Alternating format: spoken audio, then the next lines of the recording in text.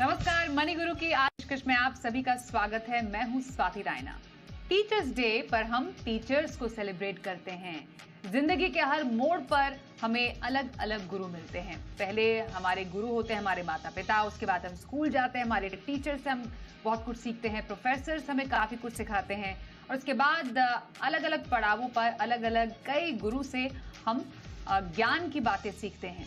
तो आम जिंदगी में तो आपको अलग अलग टीचर जरूर मिलते होंगे। हमारे शो में हम आपको म्यूचुअल फंड से जुड़े हुए कुछ एक्सपर्ट्स यानी कुछ टीचर से आज मिलाने जा रहे हैं जो आपको आपके निवेश की सही प्लानिंग में मदद करेंगे और देंगे आपको निवेश में मुनाफे के गुरु मंत्र। हमारे साथ ऐसे ही दो एक्सपर्ट्स आज शो में शामिल हैं। परिचय करा दे, एडलवाइस म्यूचुअल फंड की MD and CEO Radhika Gupta और आनंद राठी वेल्थ के डेप्यूटी सीईओ फिरोज अजीज हमारे साथ हैं। राधिका और फिरोज, आप दोनों का बहुत स्वागत है।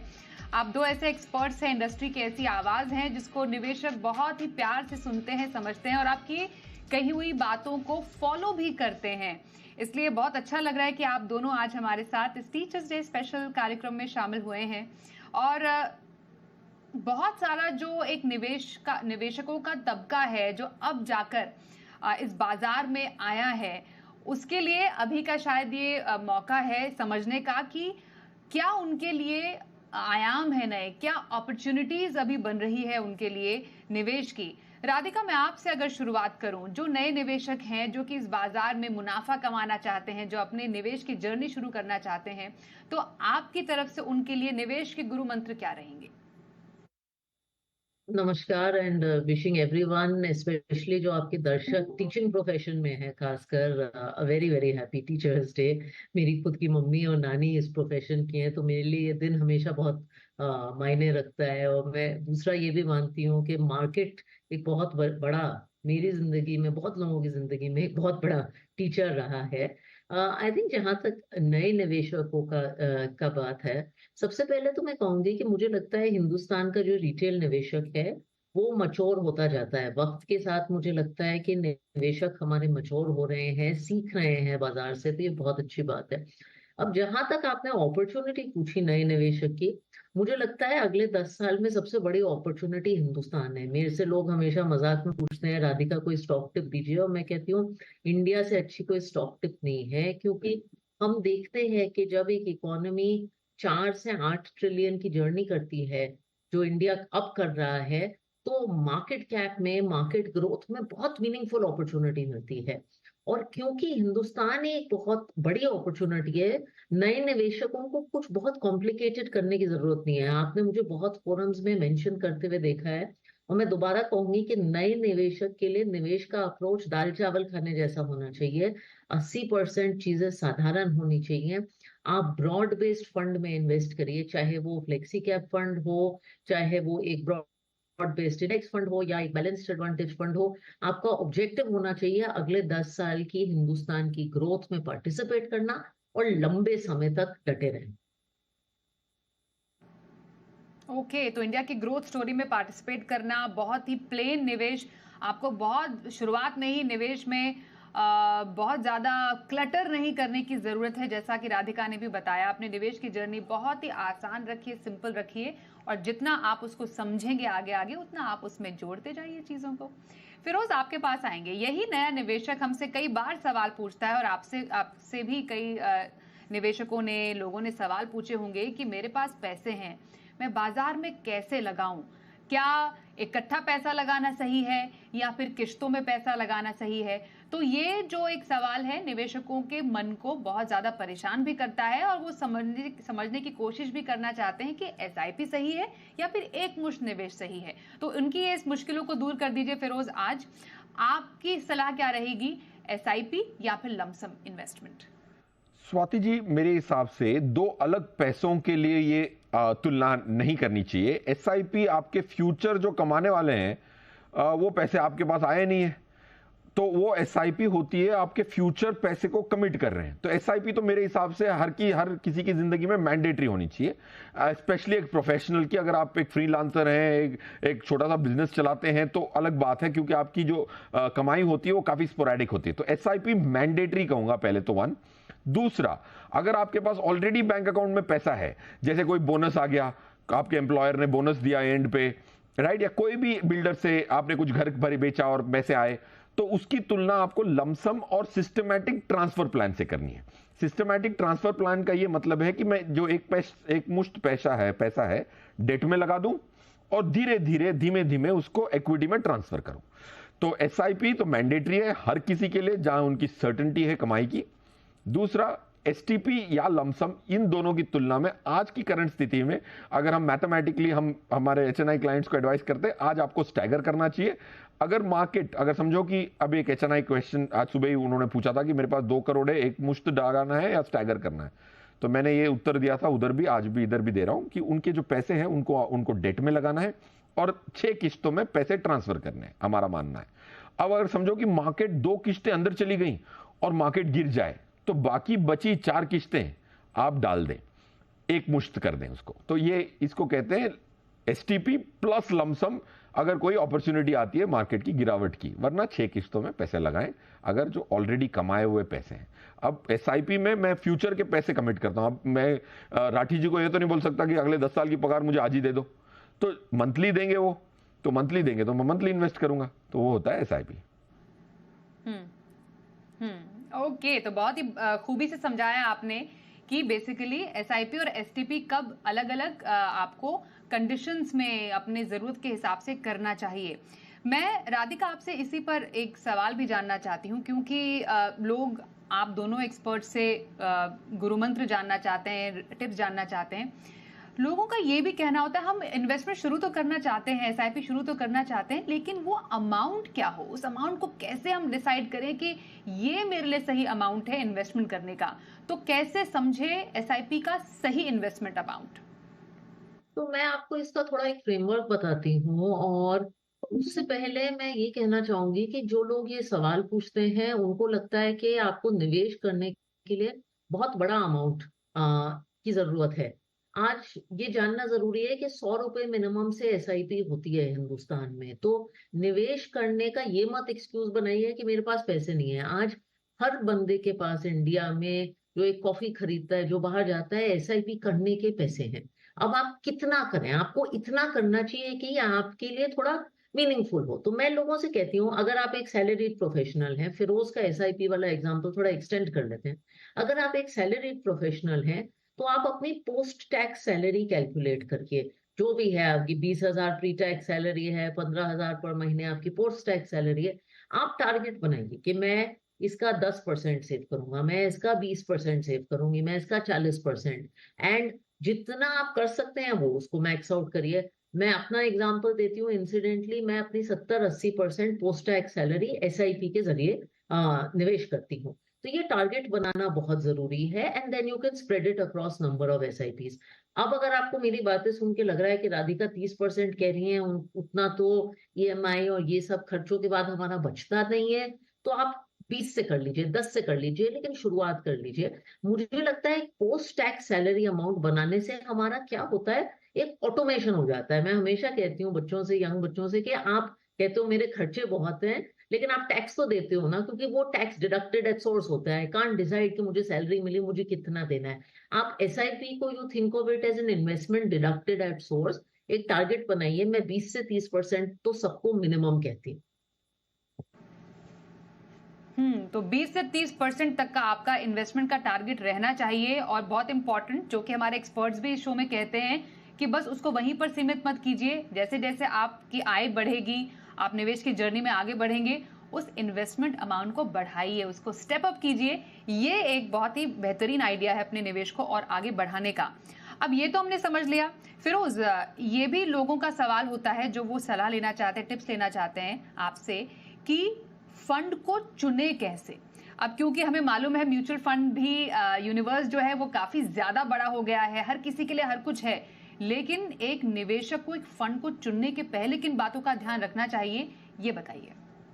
स्वाति जी, बहुत सारी चीजों का ध्यान रख सकते हैं, बट एक निवेशक जो अगर पहली बार चालू कर रहे हैं तो इनको अगर शुरुआत करनी है तो आज उत्तर बता देता हूं चूज कैसे करना है। क्योंकि आपके पास कुल मिला के 450 एक्टिव फंड्स हैं, 100-150 पैसिव फंड्स हैं, तो 600 विकल्प हैं इक्विटी म्यूचुअल फंड में ही, और उनकी रिटर्न इतनी कॉमन नहीं है।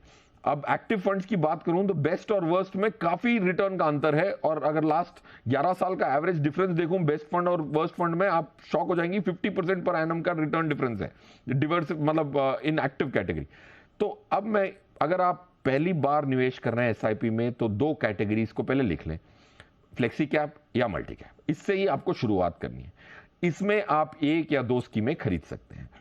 अब अगर मैं आपको स्कीम ही बता दूं तो मैं कहूंगा कि भाई कैनरा रेबेको मल्टी कैप है, एचडीएफसी फ्लेक्सी कैप है। ये दोनों आप पहले स्टार्ट कर सकते हैं। अब रहा सवाल किस आधार पे ये चुने गए हैं। तो क्वांटिटेटिव पैरामीटर्स होते हैं, क्वालिटेटिव पैरामीटर होते हैं, फंड मैनेजर की जो अहमियत है, क्या उन्होंने लास्ट 10 साल में कैसा प्रदर्शन दिया है, रिस्क एडजस्टेड रिटर्न क्या है। सो क्वांटिटेटिव पैरामीटर जो मेजर कर सके, और क्वालिटेटिव पैरामीटर जहां तजुर्बे से आप चुने। तो ये दो आधार पे मैंने आपको दो स्कीम बता दी। अगर आपके पास डिस्ट्रीब्यूटर हायर करने की क्षमता ना हो, क्योंकि शुरुआत होगी, तो डिस्ट्रीब्यूटर शायद आप ना हायर कर पाएं, तो स्वाति जी का शो देखें, उसमें निष्पक्ष होके बहुत अच्छे अच्छे उम्दा एडवाइजर आते हैं या जानकार आते हैं, जैसे राधिका मैडम आई हैं, तो उनसे सुने तो आपको एक अनबायस्ड ओपिनियन जरूर मिलेगा if you can't afford a distributor. Okay, तो हमारी कोशिश यही रहती है आपके एक्सपर्ट्स के थ्रू लोगों को बहुत ही आसान भाषा में सलाह मिले उनके इन्वेस्टमेंट को लेकर।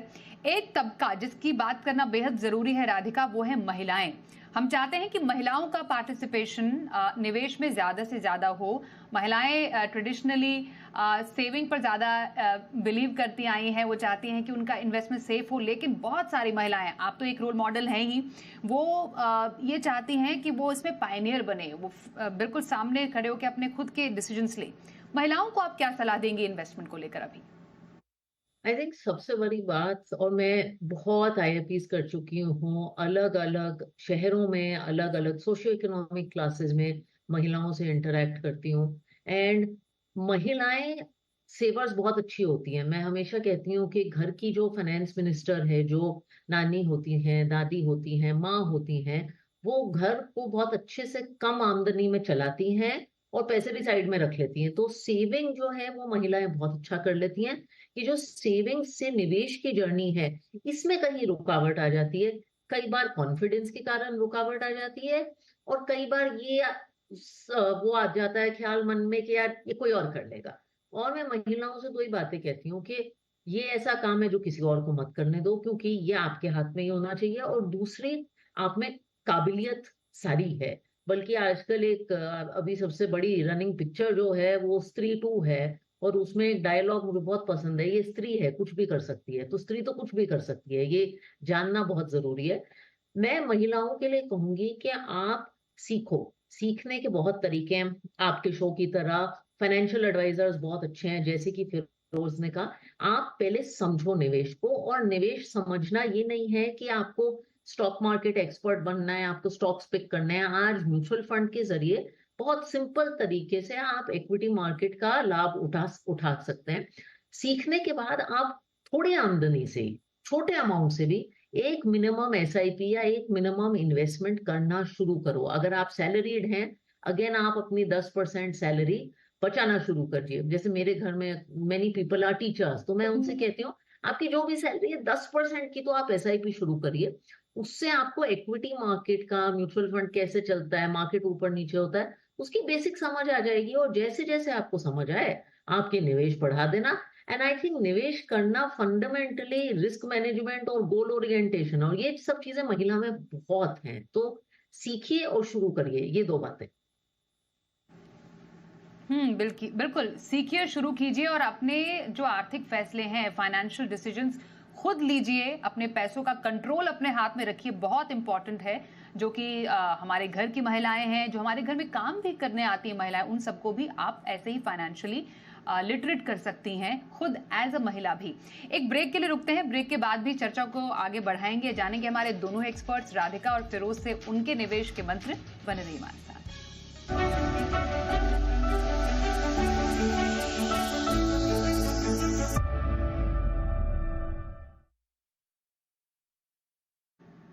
निवेश के गुरु मंत्र, आज हमारी खास चर्चा चल रही है ऐसे ही दो निवेश के गुरुओं से। एक है राधिका गुप्ता, जो कि एमडी एंड सीईओ है फंड से, और दूसरे आनंद राठी वेल्थ के डेप्यूटी सीईओ फिरोज अजीज हमारे साथ हैं।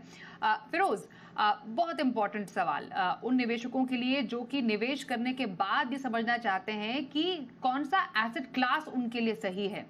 कई बार एसेट एलोकेशन स्ट्रैटेजी फेल पड़ जाती है, जहां से जितना उनको लेना चाहिए रिटर्न या फायदा वो ले नहीं पाते, सिर्फ इसलिए क्योंकि उन्होंने एसेट एलोकेशन स्ट्रैटेजी सही से सेट नहीं की है। तो एसेट एलोकेशन स्ट्रैटेजी का सही तरीका क्या हो और कौन से एसेट में सबसे ज्यादा भरोसा है आपको? स्वाति जी, जो आपने कहा ना एसेट एलोकेशन की स्ट्रैटेजी फेल हो जाती है, इस पे मैं थोड़ा आंकड़ा देना चाहूंगा, और फेल हुई है इंडिया में। इंडिया में क्या हुआ है कि अगर आप देखें 826 लाख करोड़ की हाउस होल्ड सेविंग्स में से 6.7% सिर्फ इक्विटी में है। हमेशा से लास्ट 20, 25, 30 सालों से हुआ क्या है, जो फॉरेनर है वो इंडिया की इक्विटी खरीदता है और इंडियन जो है बैंकों की डिपॉजिट खरीदता है और बैंकों के मुनाफे में कंट्रीब्यूट करता है, या फिर गवर्नमेंट की फिस्कल डेफिसिट जो उनके खर्चे हैं उसको फंड करता है बहुत सारे डेट इंस्ट्रूमेंट्स के माध्यम से। तो इंडिया की अगर लास्ट 10 साल की रिटर्न कंप्यूट करें, अंदाजन 6.5%, 7% ज्यादा की रिटर्न नहीं आई है। तो ये एसेट एलोकेशन क्या गड़बड़ाया है, पूरे इंडिया के लिए गड़बड़ाया है। थोड़े लोग जो होंगे जो शार्प हैं उन्होंने इक्विटी में ठीक ठाक पैसा लगाया। सेकंड प्रश्न, कौन सी सबसे अच्छी एसेट क्लास होगी? आप मेरी ना माने, अगर आप डेटा देखें तो क्लियरली निकल के आता है कि इक्विटी एक बेस्ट एसेट क्लास है। जैसे राधिका मैडम ने कहा कि जब जीडीपी बढ़ रही है, जब इकोनॉमी बढ़ रही है, तो इंडिया की, तो उसमें इक्विटी ही सबसे ज्यादा पार्टिसिपेट करती है। मैंने एक एग्जांपल, मैंने एक एनालिसिस किया था। अगर आप कोई भी बैंक, इंडिया की जो लिस्टेड बैंक है उनकी अगर डिपॉजिट करते और डिपॉजिट के जो ब्याज है वो लेके उनके शेयर खरीद लेते उसी बैंक के, तो आपके पास 4 गुना ज्यादा पैसे होते, और ना कि सिर्फ डिपॉजिट के, उससे सिर्फ ब्याज के आप उसी कंपनी के शेयर खरीद लेते। तो मैं ये कह रहा हूं कि इक्विटी, अगर आप डेटा को निष्पक्ष होकर देखें तो इक्विटी ही इमर्ज होगा बेस्ट एसेट क्लास, ये कोई दो राह नहीं है। रियल एस्टेट में इंसान पैसे लगाने से पहले 1 करोड़ रुपया चाहिए, कहीं 10 लाख चाहिए, कहीं 20 लाख चाहिए। यहां राधिका जी ने कहा कि 100 रुपए से चार्ज कर सकते हैं। तो कौन सी ऐसी इंस्ट्रूमेंट है जो आपको 13, 14, 15% महंगाई को मात दे चुकी हो और 100 रुपए में अवेलेबल हो? ऐसी कोई और एसेट क्लास नहीं है। चारों एसेट क्लास सबसे पॉपुलर जो है, रियल एस्टेट और इक्विटी ग्रोथ देती हैं, डेट और गोल्ड प्रोटेक्शन देती हैं। इसमें से उम्दा, सबसे उम्दा इक्विटी है। और ये जो रिस्क का भ्रम है, भ्रम कहूंगा, ये लॉन्ग टर्म में नहीं होता है। अगर आपने 10 साल पैसे लगाए तो शायद ही वर्स्ट एसआईपी रिटर्न, अगर आपने निफ्टी में भी एसआईपी की होती और 10 साल तक डटे रहते हिम्मत रख के, किसी की ना सुन के, तो 6.7% वर्स्ट रिटर्न है for the last 25 years for a 10-year SIP. बिल्कुल। और मैं इनफैक्ट, जैसा फिरोज ने बताया, बहुत ही अच्छे आंकड़े उन्होंने दिए यहाँ पर। और ये भी सच है राधिका कि लोग म्यूचुअल फंड की तरफ जा तो रहे हैं, लेकिन अभी भी बहुत स्कोप बाकी है। क्या आपको लगता है एज इंडस्ट्री रिप्रेजेंटेटिव करने की जरूरत है, जिससे ज्यादा से ज्यादा लोग जो कि बैंक में अभी भी पैसा अपना रखना ज्यादा पसंद करते हैं, वो अच्छे ग्रोथ के लिए ऐसे एसेट्स में इन्वेस्टमेंट करें? देखिए, आई थिंक एक तो ये जो जिसको हम फाइनेंशियलाइजेशन कहते हैं, जब लोग अपने पैसे एफडी, रियल एस्टेट से mutual fund, equities, capital markets product की तरह शिफ्ट करते हैं, ये किसी भी देश की इकोनॉमिक जर्नी में एक हिस्सा है और ये जर्नी है। मैं अभी कुछ बहुत इंटरेस्टिंग आंकड़े देख रही थी कि जब यूएस मार्केट में जीडीपी 4 से 8 ट्रिलियन हुआ, करीब 2-3 गुना जीडीपी बढ़ा, उनकी म्यूचुअल फंड इंडस्ट्री 20 गुना बढ़ी, 20 times. GDP went up 2 times, mutual fund assets in US went up 20 times. तो इसको देख के तो मुझे अपने फ्यूचर के लिए सबसे पहले बहुत ऑप्टिमिज्म है। एंड मुझे मानना है कि अगले 10 सालों में इंडिया में जो emergence of middle class, lower middle class and upper class है, वो बहुत बड़ी होने वाली है। तो कुछ तो ये चेंजेस, जो न्यूमेरिकल चेंजेस हैं, जो हमें लगता है बहुत स्कोप है, ये वक्त ही करेगा। अब जहां तक इंडस्ट्री की बात है, आई थिंक इंडस्ट्री में प्रोडक्ट्स की कोई कमी नहीं है। एज आई सेड, 100 रुपए से आप एक लार्ज कैप फंड से लेके स्मॉल कैप फंड में निवेश कर सकते हैं। आप एक इंटरनेशनल फंड से लेके थीमेटिक फंड में निवेश कर सकते हैं। आपको लो कॉस्ट पैसिव चाहिए, वो भी है। आपको फंड मैनेजर का अल्फा चाहिए, वो भी है। वैरायटी हमने सारी क्रिएट कर दी है।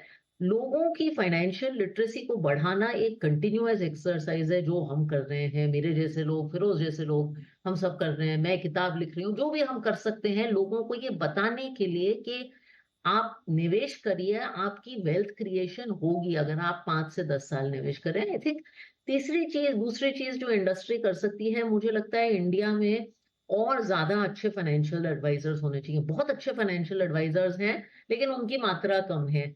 शहर शहर में, छोटे छोटे शहरों में भी आपको जाके अच्छे फाइनेंशियल एडवाइजर्स क्रिएट करने हैं। मैं बहुत ट्रैवल करती हूँ, हमारी ब्रांचेस और लोकेशंस करीब 40 शहरों में है। हाल ही में मैं गोरखपुर गई थी। इंडिया के टियर 3 टाउन्स में भी म्यूचुअल फंड की इतनी अवेयरनेस और इंटरेस्ट बढ़ रहा है, तो हमें अच्छे फाइनेंशियल एडवाइजर्स की भी जरूरत है। और मैं लोगों को भी हमेशा कहूंगी कि आप टैक्स एडवाइजर ले लेते हैं, आप गाड़ियों पे स्पेंड कर लेते हैं, एक अच्छे फाइनेंशियल एडवाइजर पे इन्वेस्ट जरूर करिए। तो अच्छा फाइनेंशियल एडवाइजर बहुत ही इंपॉर्टेंट होता है आपके पैसे के हेल्थ को बिल्कुल दुरुस्त करने के लिए। ये काफी इंपॉर्टेंट है। फिरोज, क्या लेकिन ये भी सही है कि हम देख तो रहे हैं कि एसआईपी बुक बहुत बढ़ रही है, अच्छी है, लेकिन जो अभी का निवेशक है उसमें क्या कोई एक ऐसा तबका भी है जो पैसे डाल तो रहे हैं एसआईपी में, लेकिन थोड़े कम समय के बाद पैसे निकाल भी रहे हैं? क्या ऐसा ट्रेंड भी हम देख रहे हैं कुछ पॉकेट्स में? स्वाति जी, एक्चुअली क्या है कि ये भी अगेन एक मिसकंसेप्शन है। इंडस्ट्री एक डेटा देखती है, वो कहती है कि भाई नेट एसआईपी फ्लो खाली 6,500 करोड़ आया लास्ट मंथ। बट एसआईपी में होता क्या है, मैं अपने ड्राइवर का उदाहरण देता हूं कि अगर उन्होंने बहुत सारे महीनों से, ऑलमोस्ट 6 साल से एसआईपी करी और एक ही फंड में करी, और मैं 2,000 डालता था, वो 2,000 डालते थे, अब उनके बढ़ के ड्राइवर साहब के पैसे पहुंच गए 5.5-6 लाख पे। अब 6 लाख रुपए उनके एक स्कीम में है, तो उन्होंने यहां से रिडीम किया और 3 स्कीमों में बांट दिया मेरे कहने पे। अब इसको इंडस्ट्री रिडेम्पशन मानती है, बट रिडेम्पशन इसको मैं नहीं मानूंगा कि एसआईपी में एक जगह पैसे हो गए तो उसको रिडीम करके अगर वो 3 स्कीमें खरीद रहे हैं तो उन्होंने पैसा प्रयोग नहीं किया है। अगर उसकी ऑपोजिट देखूं, लास्ट मंथ मैंने एसआईपी फोलियो में एडिशनल परचेस किया लमसम। ये फोलियो को एसआईपी और नॉन एसआईपी में बांटना मेरे हिसाब से एक रॉन्ग मेथड है। अगर आप देखें, अगर एसडब्ल्यूपी से कोई कंज्यूम कर रहा है तो उसको आप एसआईपी परचेज, एसडब्ल्यूपी परचेज कह सकते हैं। तो मेरे हिसाब से 23,000 करोड़ अगर आया है तो उन फोलियो में से लोग या तो फिर गोल के लिए कंज्यूम करते हैं या तो फिर रीएलोकेट करते हैं। तो ये ट्रेंड जो इंडस्ट्री के आंकड़े दिखा रहे हैं, प्रैक्टिकली मेरे हिसाब से ये मिसगाइड कर रहे हैं हमें, ना के गाइड। रहा दूसरा सवाल, सबसे इंपॉर्टेंट बात है कि एसआईपी पहले बंद होती थी। 2021 अक्टूबर से लेके 2023 अक्टूबर तक निफ्टी ने कोई प्रदर्शन नहीं दिया। 18,500 से घूम फिर के 18,700 पे आ गई। 2 साल मार्केट 15,000 3 बार गई थी इस 2 साल में, फिर भी 11,000 का आंकड़ा 19,000 एसआईपी पे पहुंचा। जो एडुकेट हुए हैं आपके माध्यम से, बहुत सारे गेस्टों के माध्यम से, मीडिया के माध्यम से, बहुत अच्छा मैच्योरिटी आई है। I don't think they are stopping. और अगर आपकी एसआईपी आज नेगेटिव में हो, जो कि नहीं हो सकता क्योंकि मार्केट पीक में है, ये एक स्टडी करी थी, जो सबसे ज्यादा डराती है एसआईपी वही सबसे ज्यादा कमाती है। 5 साल में सबसे वर्स्ट एसआईपी जो थी, अगर किसी ने हिम्मत से अगले 5 साल इन्वेस्ट किया तो उसकी आईआरआर आई है 21% की। नॉर्मल रिटर्न आती है 13। अगर पहले 5 साल खराब कटे और आप हिम्मत रखें तो अगले 5 साल इतने मेकअप करते हैं कि 21% की आईआरआर आई थी। निफ्टी की एसआईपी की बात कर रहा हूं 25 साल की। सो डरे ना और एसआईपी को बरकरार रखें, किसी की ना सुने और अपनी डिसिप्लिन पे कायम रहें। यही एक गुरु मंत्र मैं कहूंगा ऑन टीचर्स डे। बिल्कुल, तो कायम रहे अपने एसआईपी पे, अपने निवेश के भरोसे को यूं ही बनाए रखे। हमारे एक्सपर्ट्स ने आपको बेहतरीन टिप्स आज दिए हैं। मैं एक बार फिर से धन्यवाद करना चाहूंगी राधिका गुप्ता आपका, फिरोज अजीज आपका भी हमारे साथ आज इस खास कार्यक्रम में आप शामिल हुए। वर्ड्स ऑफ विजडम आपने शेयर किए हमारे दर्शकों के साथ, उसके लिए एक बार फिर से आपका धन्यवाद। और आप दोनों को भी टीचर्स डे की बहुत शुभकामनाएं हम देते हैं। और इस कार्यक्रम में भी बस इतना ही। रुकते हैं ब्रेक के लिए, देखते रहिए जी बिजनेस।